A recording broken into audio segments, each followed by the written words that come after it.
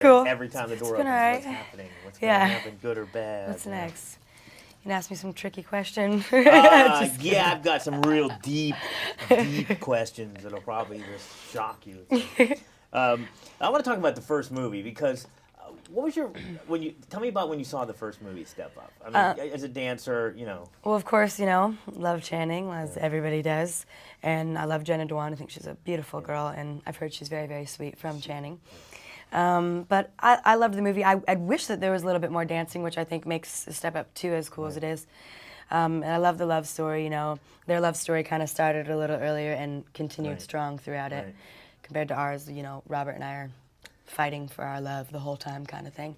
And by the end, of course. Yeah, so, but you see this movie, you enjoy it, you see Channing and so forth, and then there's this movie that they're talking about called Step Up 2, and somehow you become the star of the movie like it's that. crazy. Yeah, it must have been strong. And I did the first movie, and I interviewed Channing, and I walk into the room, I have no idea who this guy is.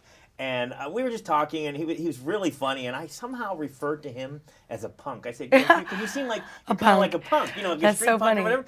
And he laughed, and he has a good sense of humor. But when I put it up on YouTube, and like 147,000 people were like screaming at me on their responses because I didn't realize this guy was this huge, That is so funny. And then like I said, as soon as I saw, his as he passes the torch to you in this movie, and so we're like, you're the only person that got to dance with him in the movie. So I said, not only did you see the movie and everything, but you actually get to dance with this guy. Yes, I did. So and he was unbelievable. Oh, such a gentleman. Do you ever wonder how he? I mean, because is this like his trademark that he dances like like with his clothes all over? Because I don't know how. Hey, he looks good doing it, right?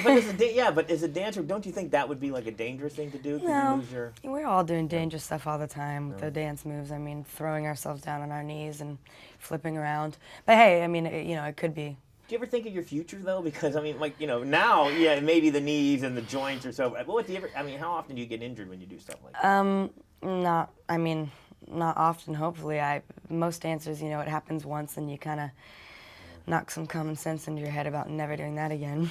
Yeah. The first time I saw the poster, I actually thought it was going to be like a dancing vampire movie because they have this thing down there with this, and I'm thinking, okay. And then you saw it in the movie. And then it's true. It's bringing back to life in the movie. So what about like in the beginning of the movie? We see this. Was it subway car dancing? Did they actually use the real dancers in there? Because yeah. I mean, because you could have been anybody with. There were no doubles throughout the whole movie. Everybody did their real thing. Okay, so tell me about dancing with a mask on, because I would think they would be confined. Don't you use your senses when you're? Yeah, I mean, we had practiced a little bit with the masks on. It didn't throw anybody off really, and the thing with the subway scene was each person really only had about, 2 to 4 8 counts where it was their main shot, and then it was just nonsense like monkeys jumping around, So we really just had to nail that one thing, and we were pretty much done. And I'm the kind of guy that never likes to reveal anything about a movie, but it's a dance movie, so everybody knows there's going to be a finale somewhere on the line. Big finale. And honestly, probably one of the most impressive finales I've ever seen. Well, thank you. But I also have to look at this with just water everywhere. Oh, I know. I'm just thinking this. I mean. That was dangerous. I mean, we were all a little bit worried about it. They actually put down a gray carpet on all of the cement because we were outside, and it was real, rain machines pouring down on us. But we all tested out. We had a practice day. We were sliding across and feeling it out to make sure we could do everything. I was the one thing I said, how cool it looks I guess everything looks better so when cool. it's wet or something like that.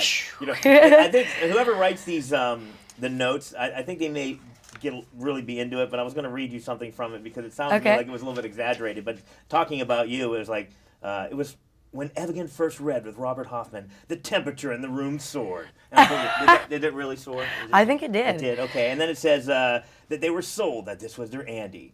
When they read together, it was magic. So was it really magic? I think it was magic. See, so it's the truth. We had magic it's all going the on. truth. So they don't lie on It was these things. magical. Thank you so much. Nice to meet you. Nice to meet you.